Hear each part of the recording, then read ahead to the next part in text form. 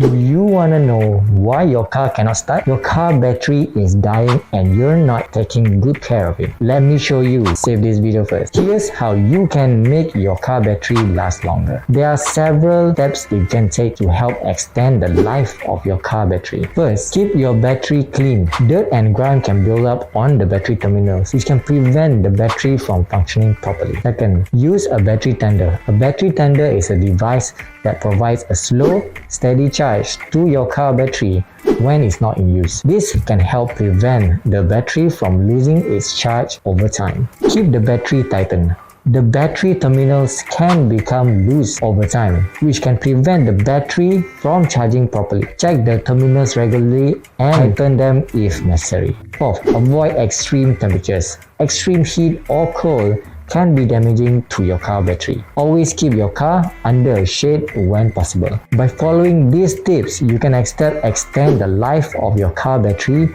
and keep your vehicle running smoothly. If you benefit from these tips, click the share button and follow us for more.